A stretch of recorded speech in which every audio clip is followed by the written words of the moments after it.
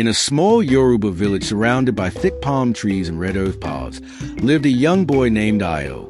He was the only son of his parents, Baba Ayo, a respected farmer, and Mama Ayo, a trader known for her honesty and discipline. From a very young age, Ayo was taught the values of respect, obedience, and hard work. His father would always say, "A child who does not listen to advice will suffer in the future." Ayo took these words seriously. Every morning before the sun rose, Mama Ayo would wake Ayo to sweep the compound and fetch water from the river before going to school. Despite the distance to the river, he never complained. He did it with joy, greeting every elder he met on the road, bowing gently with both hands on his knees as a well-trained Yoruba boy should. One day, as Ayo carried his calabash to the river, he heard a faint voice calling from the bushes beside the footpath. Curious, he paused and listened closely. There, crouched beneath a mango tree, was an old woman, bent with age and visibly weak. Her wrapper was dusty, and she looked like she had been stranded for hours. The old woman has a small basket of firewood beside her and a walking stick. She said she had been on her way back from the farm when her legs gave out. Many people had passed her by, but none stopped to help.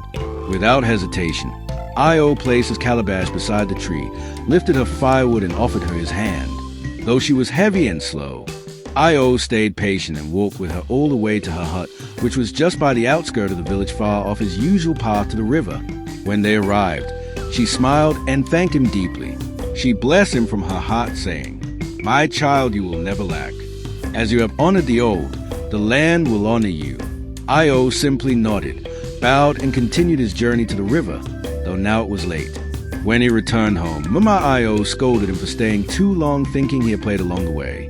But after hearing his explanations, her face softened. Baba Ayo looked at his son, pride shining in his eyes. He said, "The training we gave him was not in vain." Days passed. Then strange and wonderful things began to happen. The very next week, Ayo went to the village square and saw a royal announcement.